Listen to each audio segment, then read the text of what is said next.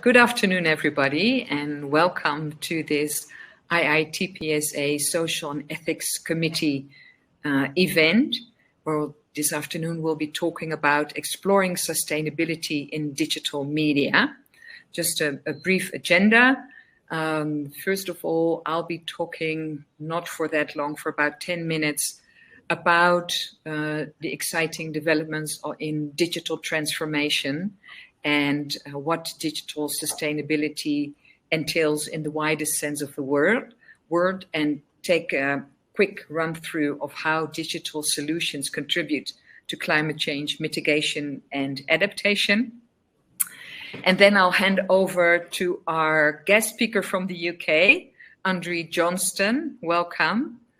Andri is from Cambridge University Press and Assessment in the UK. She's an experienced digital publisher and has been working in digital sustainability in the publishing industry for a while now.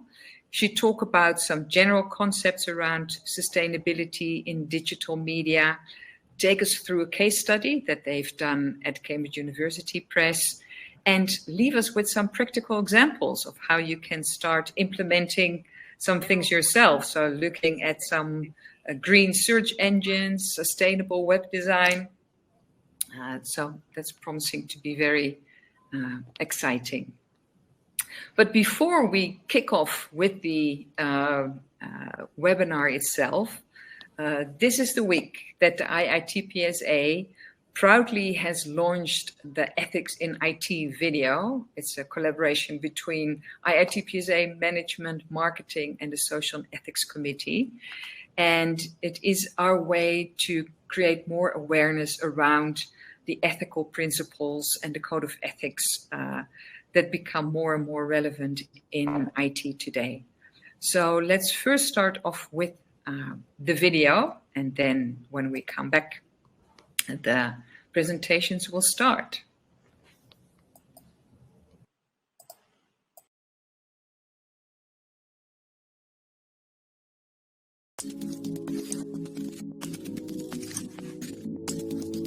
As professionals in the world of information technology, we use our creativity, skills, and understanding of the world around us to make change. Each piece of code, technology, or information that we send out into the world takes on a life that has the potential to change the world around it. In our fast-paced world of AI, robotics, media, and communications, the actions we take dictate the future of these technologies. These technologies significantly impact people and the environment around us.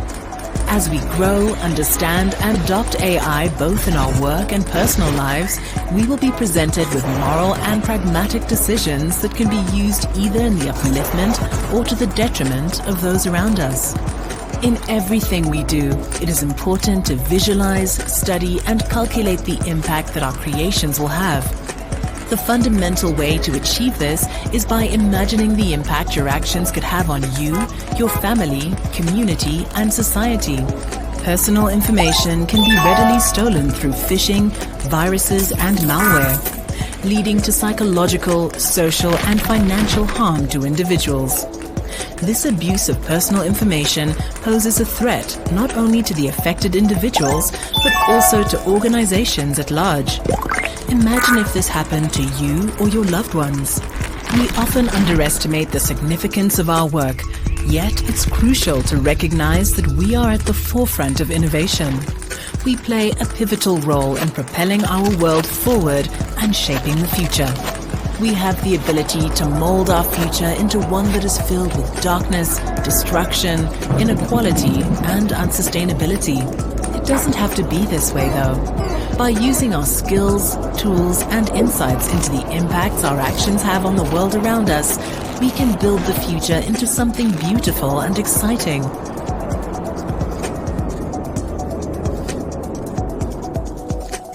A future that does not only benefit us, but benefits society and the generations that will come after us.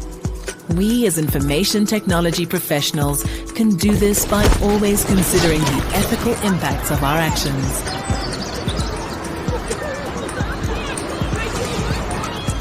If you work in the ICT sector in South Africa, Consider joining thousands of IT professionals committed to developing their unique skills across various sectors, all working towards building a stronger and more sustainable future for the greater good.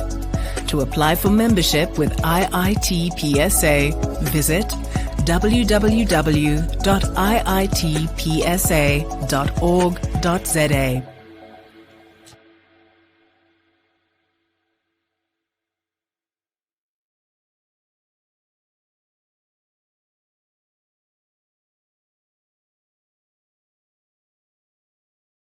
So that was our video. I hope you enjoyed it. And you can find it on YouTube. And if you enjoyed it and think the contents are interesting, please also share widely. Because ethics, I know a lot of people find it a bit of a scary concept to talk about.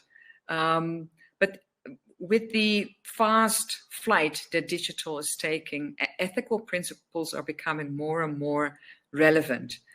And what I always say, ethics, you can say it very simply by when are you acting ethically? When you do good for yourself and for others. And this self can mean yourself as an individual or you as an organization. If we talk about what is good, we'll talk about it, for example, do we contribute to the Sustainable Development Goals? Are we participating in AI for good? And others, in its widest form, is other people, society as a whole, but also the planet. So ethics is really looking at how do I do good, make sure that I do good for myself and others. So like I said, digital transformation is going very fast and it's changing so many elements of our life at our social, economic, and political levels. And if we talk about doing good, I'm trying to, yes, here we go.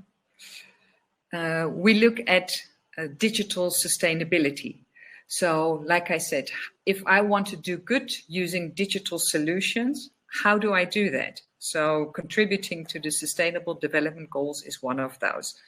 But in the widest definition, we're looking at digital sustainability as the application of digital technologies and proactive steps in its design, development, deployment, and regulation to accelerate environmentally and socially sustainable development. And that's the important part, while mitigating risks and unintended consequences. And that's actually another ethical principle, meaning let's do no harm. So just to take you quickly through an example of what doing good means in relation to the Sustainable Development Goals.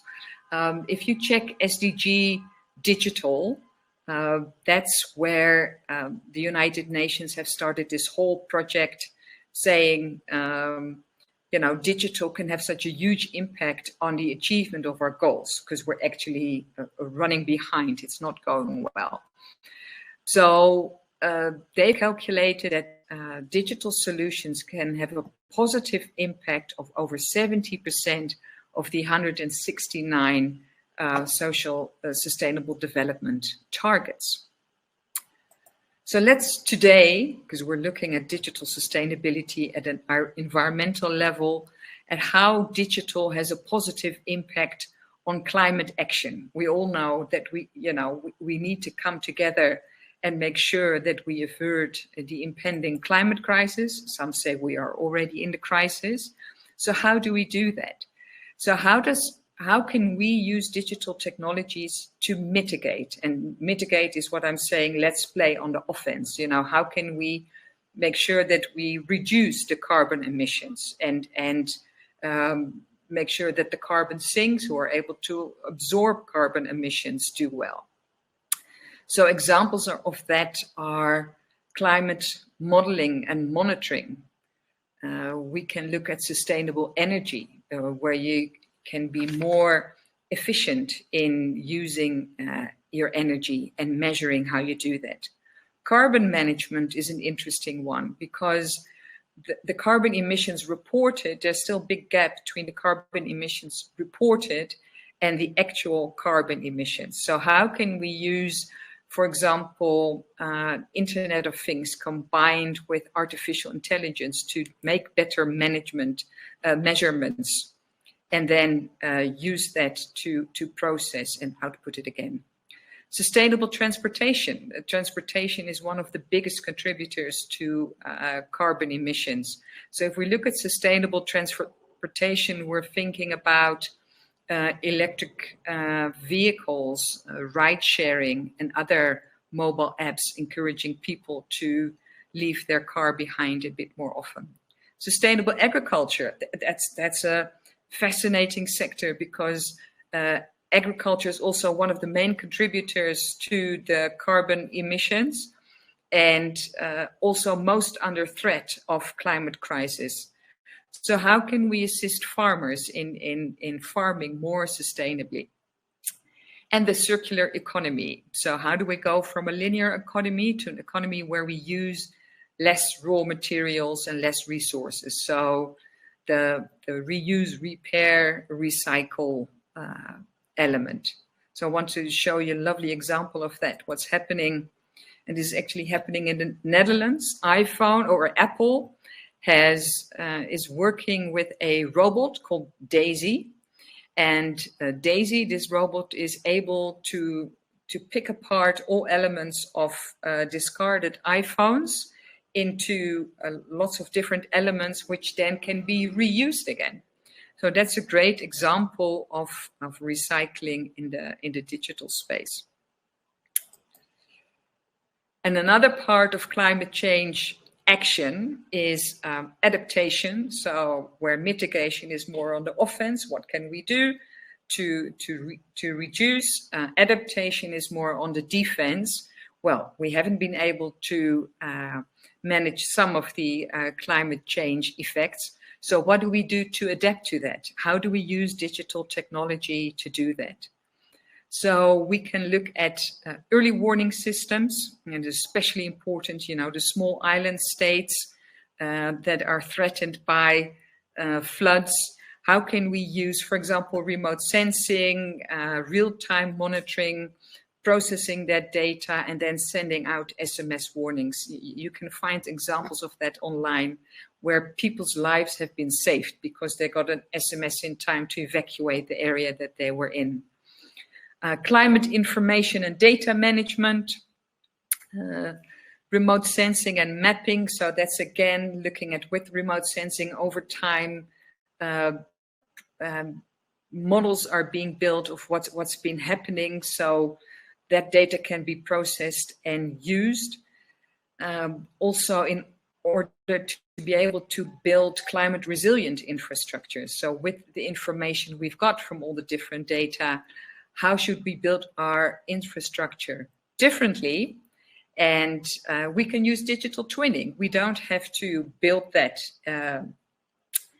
in real life. We can build a digital model of it to test, to see how it could become resilient. Community engagement and empowerment, digital platforms and mobile application where people can be more informed, they can be more involved. And one of the ways I find very interesting, if we look at applications of virtual and augmented reality, because often we talk about climate change and impending doom and gloom, but we don't really know what to expect. And with virtual and augmented reality, you can actually show people what could happen to them and to their environments when, worst case scenarios come true. So this is all the positive, digital technologies, combating climate change, on the offense and on the defense. It's all exciting stuff. And as it already said in the video, often on the positive side, there's another side of the coin, but that's also talking about how can we mitigate. So let's look at what the negative impacts of this huge digital transformation that we're in are. And that's where the ethical principle of do no harm comes in. So what do we need to take into account? So these negative impacts include energy consumption. That's a big one, and e-waste generation. And Andri will talk to those topics as well. I want to talk about the digital divide. I mean, the more we do things digitally, the more we need to make sure that everybody is involved and can participate. And if we look at the digital divide, these days we already talk about 3 different digital divides. So the one is the access divide. People don't have access to the infrastructure. They don't have devices. There's no connectivity. That's the access divide. The use divide, that's actually the simple use. Do you know how to switch on your computer? Do you know how to send an email with an attachment? And it's actually quite scary how many people actually don't know that. They do have access, but they don't know everything about it. And then the quality of use. So that's, I've got access, I know how to use it, and now how do I actually take it and create something else from it? How do I really make it work for me? And with regards to the what we're talking about, the carbon management in our mitigation measures, digital divide is also an issue, because that means we can collect less climate data. So not all climate data is then reliable. Plus, because there are people excluded and that don't have digital skills, we don't have enough climate data scientists to actually parse the data and come up with the right modeling. Another one is human rights violations. I think that's also a relevant one. I think quite a few of you present will be working in digital media, so you will be having online engagements with your audience, with your visitors. So we're talking about security and privacy and all the things that we need to take care of. Overconsumption, with the widely available online shopping platforms, also means, the ease of shopping has increased, but that also leads to more resources needed, more transportation. So overconsumption is an issue in that regard. And then the last one, and I must say I put it here last, but the World Economic Forum in its latest global risk report has put misinformation as the #1 global risk, ahead of extreme weather events, ahead of armed conflicts. Misinformation, it's so powerful because it spreads so fast. There's been research done that a tweet with false information spreads 7 times quicker than true information. And if, people, those of you in the audience who work in digital publishing and online media, misinformation is a big threat, and it leads to, and we've seen that during COVID, it leads to divisions, and especially in these times, and I think that's why the World Economic Forum put it at #1. There are elections everywhere happening in the world. The spread of misinformation can have disastrous results on, political parties being maligned or spreading information about others. So we really need to be aware of that. So before I'm closing off and handing over to Andri, I want you people who are all in the digital media or IT professionals, that there's an amazing app called Cranky Uncle, and you can download it on your phone or you can use it in your browser. And it will help you recognize what kind of misinformation there is, or denial, climate change denial, for example, and how best to address it. So that's, for example, cherry picking and false experts and conspiracy theories. So that's all interesting to deal with. So this is just a highlight overview of digital transformation and the positive side that digital can contribute to the world, the good that we can do, and the harm that we need to avoid.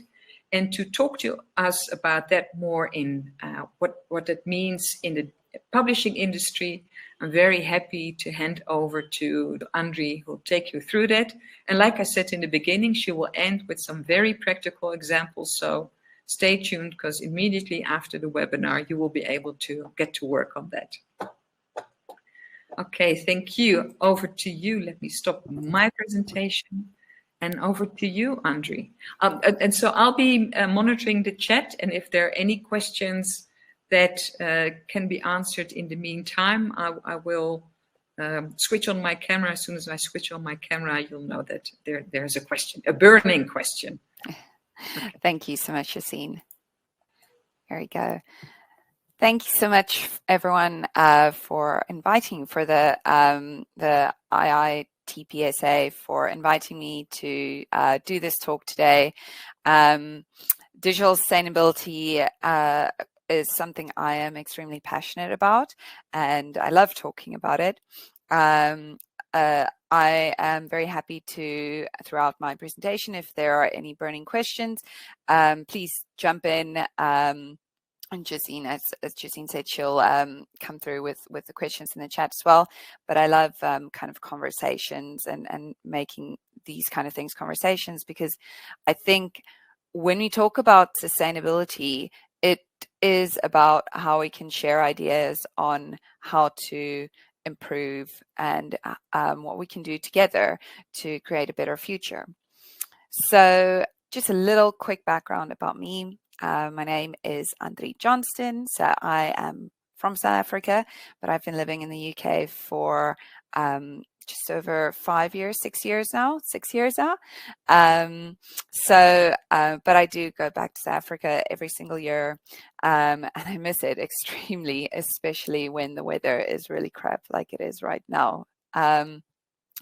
So I am the digital sustainability lead at Cambridge University Press and Assessment, and my job is to see how we as a business, as a publishing, education and academic institution, can work towards integrating digital sustainability thinking across how we build all of our digital products. There's been a huge shift to digital in the tertiary academic and education field. And although we are working very hard on lowering our print carbon emissions, we realize that we also need to do work on the digital side. So a lot of what I'll talk about today is focused on the publishing industry, but I'll also touch on the wider ICT industry, and as Josine said, some examples from other tech companies as well. So at Cambridge University Press and Assessment, we have made a commitment to be carbon zero on all of our energy-related emissions by 2048. This is also the commitment that has been made by the University of Cambridge. We are a department of the university, so we have to align. However, we have an interim reduction targets of 72% on energy-related emissions by 2030. So this picture I added in here is our flat roof solar installation on our university printing house building, which is the biggest flat roof solar installation in Europe, which is quite exciting. So when we talk about energy-related emissions and emissions in general, I wanted to just quickly kick us off with looking at the different scopes. So energy-related emissions come from our scopes 1 and 2 emissions, which is our direct and indirect emissions, but emissions that we have relative control over. Scope 1 emissions are direct emissions from things like our fleet of cars, and we've made changes to changing our fleet of cars to being either hybrid or electric vehicles. At the offices, we've also installed electric chargers to encourage this kind of behavior. Our Scope 2 emissions are our indirect emissions, and these are the emissions from the energy or electricity that we purchase. So we do have the solar roof installation, which powers our Cambridge office. Mostly it powers the majority of our Cambridge office, especially in the summer. And we're also able to feed some of that electricity in the summer back into the grid. However, of course, in the UK, we don't have sun all year round. And in the winter months, we have to purchase electricity. So swapping to green energy sources is the way that we mitigate this. It is obviously something that's possible for us to do in the UK because we don't have a central energy provider. We have a bunch of energy providers we can choose from. However, we have offices all over the world, including South Africa. And we know that this isn't necessarily a possibility for all of our offices, especially the offices that we rent. So we don't have full control over these emissions. Our Scope 3 emissions, though, are the hardest, and we are in the process of setting targets for these emissions. Some international publishers have already set targets for Scope 3. However, a lot of their emissions are being offset. We do not use any offsetting because the University of Cambridge does not agree with offsetting. You might have, a few years ago, there was a very interesting article on research that came out about the biggest offsetting US offsetting company, and the University of Cambridge did research into their processes and found that it was not valid at all. So our Scope 3 emissions that come from the production of our products are the hardest to calculate, to track, and also to mitigate. From the print side, for our books, our exams, and our journals, these come from printing, paper, freight, distribution, which obviously we have customers all over the world. So we are trying to shift from air freight to shipping, and then also and also the wider production. Digital emissions fall into this category as well, but it's even more tricky when we come to our digital emissions. So what is digital sustainability? Well, digital sustainability, as we define it, is a concept that focuses on understanding and minimizing the impact of our digital products on the environment, but also on people. So the latest stats on the impact of the ICT sector globally is that the sector contributes to 1.4% of all global carbon emissions. However, I think what's more shocking is that the ICT sector actually consumes 4% of all global electricity. This is about the same amount as the steel industry globally. So, even though in some ways the carbon emissions, because I know this number used to be a lot higher in previous research, the percentage of emissions might seem lower. The amount of electricity consumed is really, really high. What I'll caveat this with is that there are always kind of arguments over where we need to draw the line when we look at the carbon emissions of a tech company. And I'll touch on that in a moment. So we talk a lot about the shift from print to digital in the publishing industry. And this is obviously especially in the education and academic market. And what we refer to is that this holds a large carbon benefit because a carbon benefit is achieved when you change the way that you're working, your ways of working, to reduce emissions. In our case, reducing the paper, print, and freight emissions. However, something we have to keep in mind is that there will always be digital emissions as well. So carbon emissions emitted from our digital products. We had people in the beginning say to me, oh, we're offsetting emissions because we're going digital. And that's not the case at all. And I hope that after today's presentation, I'll kind of show where these digital emissions come from. So when we think about digital emissions, how do we actually calculate the carbon emissions from any digital product? And this methodology is what is currently accepted across the ICT industry to calculate the emissions of any tech product. So this is a methodology that is used by the BBC, Netflix, and various other media companies across Europe as well. It's pretty simple, but at the same time, what I'm starting to realize is that when we look at physical emissions, we have people who are very specialized in each of these areas. And currently, for digital emissions, we're trying to bundle it all together. This is because it's a new field, but of course, it is tricky.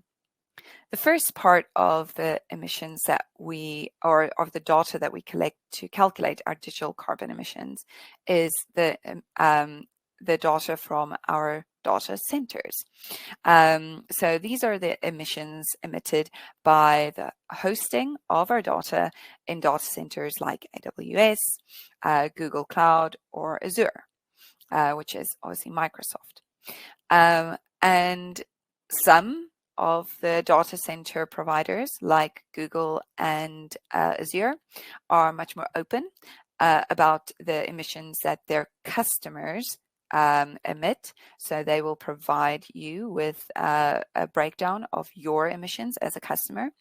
However, AWS is not as forthcoming. AWS has come out just a few weeks ago. They came out with a statement that all of their data centers will be powered by green energy by 2025. However, we have yet to get a certification from them that this is the case. And also when we look at, for example, Ireland, which is where the majority of the green hosted data centers for AWS is, this energy is currently publicly funded green energy, which doesn't always sit that well with customers or with myself. I know they have a lot of projects going on, but they also do a lot of offsetting and buying carbon credits. So as consumers and as customers of these data centers, we have to hold them accountable. We have to ask the questions. The second set of data that we collect is the network connection. So that's the way that our customers actually connect to the internet to access our content online. And this can either be fixed line through broadband or cellular. Interesting fact is that cellular connections emit more carbon emissions than fixed line emissions, and that's because the majority of data centers powering cellular connection is powered by diesel generators. This is apparently because of the type of infrastructure and how it's built. Currently, it's very hard for us across the industry to determine whether someone is accessing via broadband or a cellular connection. So we use proxy data. I'll caveat this with the fact that the publicly available proxy data that is used by most companies is very European-centric. Obviously, broadband and fiber is huge here in the UK and across Europe. But that's not necessarily the case across the rest of the world. And what I have been arguing for is that for us at CUPNA, over 80% of our customers sit outside of Europe, and we need to think about whether these customers are actually rather using cellular connections than fixed line connections. So there's definitely more research that needs to be done in this field. And the last bit of data that we collect is around our end users. So we use Google Analytics. Obviously, other analytics software can be used, but Google Analytics is freely available and the easiest. So we collect data around how customers are accessing our data, the time they spent looking or browsing our web pages, where they're accessing from, so the country they're accessing from, the device they're using, the amount of page views, and finally the page weights, so how big the pages are. And this is the part that I mentioned a moment ago, that there's contention about whether we should be reporting on these emissions or not. Many companies are not reporting on their end user emissions. For example, Netflix, they do not report on the emissions of someone actually watching something on Netflix because they say they have no control over how people consume their content, which is very true.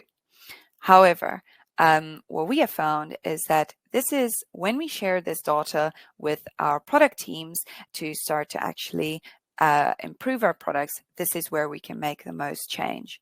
This is also where we start to understand what the real world impact is. And what we did to start to calculate the carbon emissions was run a project called the DIMPACT project, which is a tool developed by the University of Bristol and a consultancy company called Cornerstone here in the UK. And many of the other companies I already mentioned also use this tool. So we use this tool to report on the carbon emissions of our digital products, but we also need to, as I said, consider the real world impact, and that's the wider digital sustainability impact. So what data goes into this DIMPACT tool? I just mentioned we have these 3 data areas that we collect data from, but we can input almost any data into the tool, any data format into the tool to give us our digital carbon emissions. The tricky bit is that usually the data we get from our providers like AWS, we get billing information from them. It doesn't come in very neat packaged kilowatt an hour formats. So we need to transform that data working with data analysts that we have internally. We're very, very lucky to have this resource. But we work with them to transform the data into these various formats. As I said, the sources that we use are things like billing information, file sizes, Google Analytics, and internal usage reports. It is a big job, just like with any carbon accounting for any kind of area, for example, freight. There is a lot of data that we need to collect and that we need to transform to be able to give us the digital carbon emissions. So we have run the DIMPACT project on our academic ecosystem, which is made up of 5 different websites over the last 4 years. And we have seen a significant increase in the carbon emissions of our ecosystem of websites. And this is down to the fact that we keep on adding more books and more journals and more textbooks to these websites. We also have a preprint server, so more preprints. And also we're adding more, because of the shift from print to digital, we're adding more extras, for example, media, videos to these sites to add more value to our customer because they're not receiving print anymore. And this sparked in us the need to actually realize that our digital emissions will continue to rise. And this is the case for any digital product where we continuously add to the product.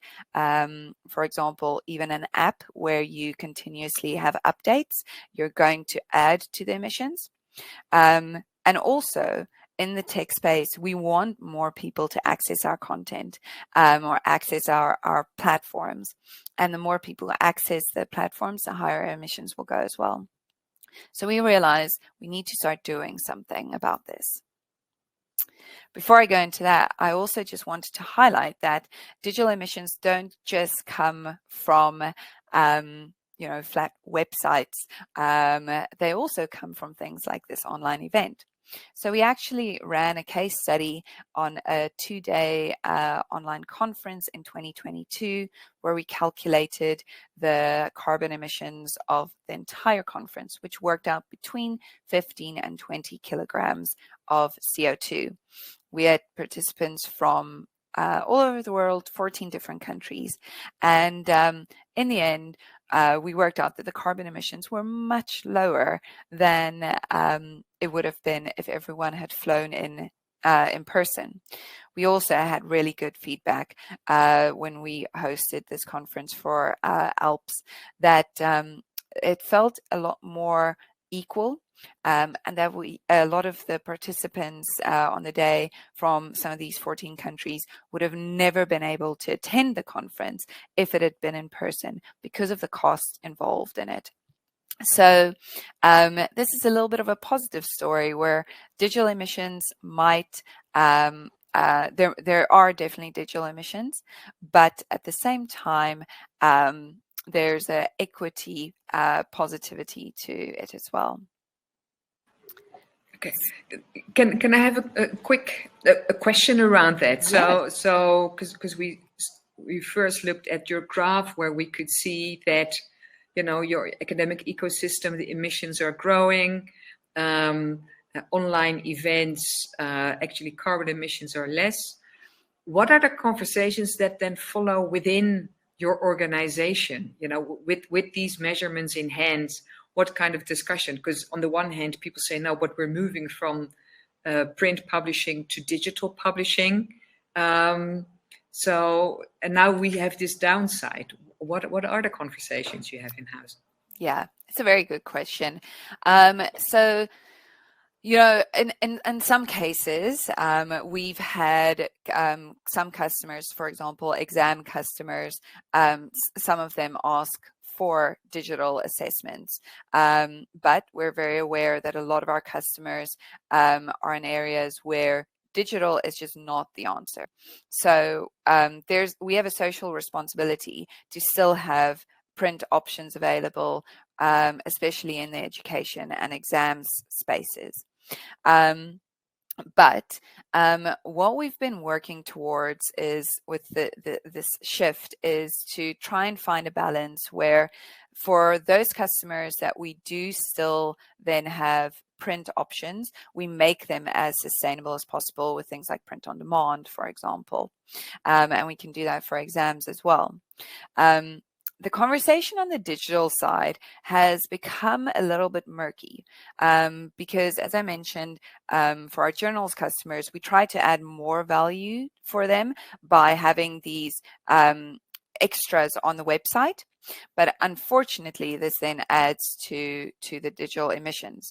So we're now at a space where we need to think about how are we building? We need to move back to the time when we were being very efficient when we were building our websites and think about what we're also adding onto our websites.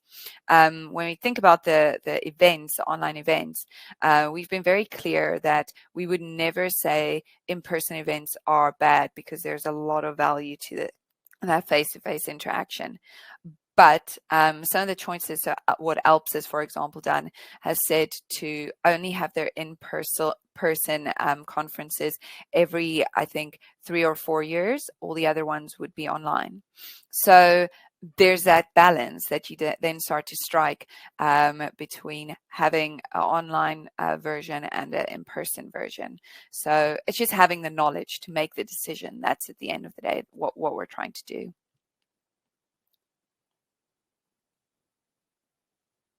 I can't hear you, Josine. Let me put on my mic. We've got 14 minutes left in the webinar, and I know you've got quite a bit to go through. So maybe in the time, because I don't see questions coming in, and please, people, we're welcoming questions, but maybe look at if there's something you can skip, because I think it's also very interesting to look at the practical examples that people can start using for themselves to save on emissions. Sure. I'll skip through some of the sections quickly. I'll just highlight that as I've been talking about content that you add to your pages, and why this is important is because of the page weight, so how big the pages are. The more we add, the more our page weight goes up. Obviously, everything we have is stored in the cloud, and I won't linger on this, but this is just what the cloud actually looks like. So it's really important for us to remember that the cloud is actually just a bunch of computers. What we really need to keep in mind, though, as well, when you think about building any software or storing things in data centers, is where it's being hosted, but also where people are accessing from. So this is a really good visual of showing what the energy grid intensity is and the carbon emissions are across the world. It's not equal depending on, whether you're in the global north or the global south. That's not what it's about. And that's why we can't build products just because we think our customers sit in a certain part of the world. We actually have to go down and drill down and see where exactly are they in the world. So what we started doing is starting to think about how can we start building better products. We created simple digital sustainability principles where we're encouraging our teams to kind of measure and then start to improve. And we did this by creating some digital sustainability guidelines. And I'm very happy to share these guidelines in the chat as well, or afterwards with Josine and Tony. Because we made this because there's a lot of information out there on how you can make better websites, but it all was a bit all over the place. So it's based on 3 different pillars. And when we start looking at this, and I'll skip through this very quickly, we're specifically looking at how we what we add to our websites, how we build them, the images we use, the colors we use, our design, the content we add, the SEO, the fact that we shouldn't necessarily be tracking just for the sake of tracking.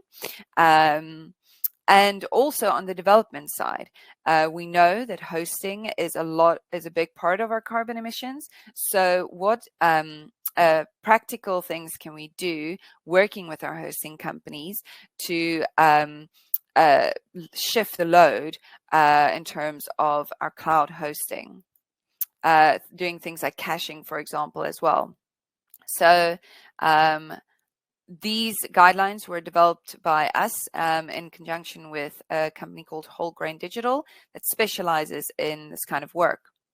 And as Josine said, I have some practical examples of some companies that have already started implementing these kind of guidelines. So I'll just actually skip to the next one. This is a sustainability tech magazine called Branch. It's a purely online magazine. And the servers for the magazine is hosted in Barcelona and is 100% powered by solar power. And as a user, you can access the magazine and it will show you whether there's a lot of green energy available. And if there is, it'll say, the grid intensity is low, and you'll be able to see the magazine in all the colors. If you're accessing at night or at a time when the grid intensity is very high, you'll only see the text. Obviously, customers still have the choice to see the full version, but this is where we start to make customers aware of the impact of energy that you use to power data centers. A number of templates have become available using these digital sustainability guidelines, implementing the use of very specific colors. Green is, in fact, actually a very good color to use energy-wise. Also, thinking about what images you're adding, what format of the images. So PNG images are, for example, really, really big file size. And if your image is going to be a thumbnail size on your website, you don't need a really big image like that. So thinking about the sizes of your files, thinking about what video browsers you're embedding, for example, or simply linking out. But also seeing if you could use line graphs, for example, or line drawn images instead of photos. Again, we keep on trying to we think we need to add more and more to our sites, but we need to make sure that what we add actually adds value for our customers. So other examples are of companies who have created low carbon versions of their websites. Again, customers have the option to go to the full version, but this site, for example, they removed all of the photos of their what do you call it? Their clothing that they sell, and they only had line drawings. So, and it's just, again, to start making people aware. I like including this, and this is obviously not a digital product, but this is from a company called Brewdog. They're a burger company and beer company here in the UK. And they actually put the carbon emissions of the different meals on their menu. Now, carbon labeling like this is something that we discuss quite a lot. And we need to make sure that we do this in the right way as well, because we don't want to shame our customers, especially when we think of shifting from print to digital, that, that choosing the digital still has this emission. We more want to inform customers about their digital emissions. And we almost want to celebrate the fact that they're making a choice. But we can only do this if we make sure that we build our website in a way that it emits as little energy as possible. And of course, Ecosia. So Ecosia is the green Google. They actually just yesterday, well, on Earth Day, which was last week, sorry, they launched their their desktop browser. So you up to now you had to go into Chrome, etc., and you could find Ecosia. It could be set as your browser, but now there is a desktop browser. They plant trees for every single search, and as people start searching more and more, obviously their search engine grows. I think this is a great way to show people what the impact is of their searching. And then my last two examples, just quickly, is a plugin from the Green Web Foundation. They are working towards a fossil-free internet. And if you add this plugin to your web browser, it actually shows you whether the website you're looking at is green hosted or not. And finally, organization that I think is doing a lot of work in the IT industry around green software, around understanding what digital carbon emissions are and how to start improving it, is the Green Software Foundation. They have chapters all around the world, and the work they do is incredible to just build out the knowledge around digital sustainability. And they also have a really good podcast, which is very interesting as well. So those are some of the examples I'll leave us with. And sorry for rushing through at the end, but I hope this was interesting.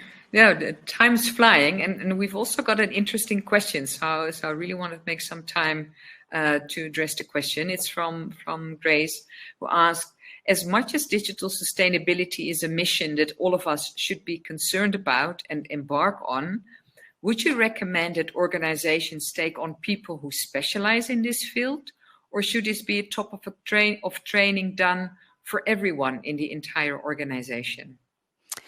Well, that's a very good question, because I was not a specialist in this field. I trained myself. My background is in publishing. I've always worked in digital publishing. I'm a product manager, and I trained myself. I think it's a very new field, and you will struggle to find people who are specialists in this field. But what I've also started realizing is that a lot of our colleagues in the IT sector are already doing a lot of this work. So sustainability, security, and efficiency go hand in hand. A lot of our colleagues are already doing things around security and efficiency. And my goal for us in the business is to elevate the work that these colleagues are doing, so that they can say, we're not just doing this because we want to make something more efficient, but because it's also good for the planet. So I think really we should be training up people to see how the work they're already doing can also contribute to digital emissions.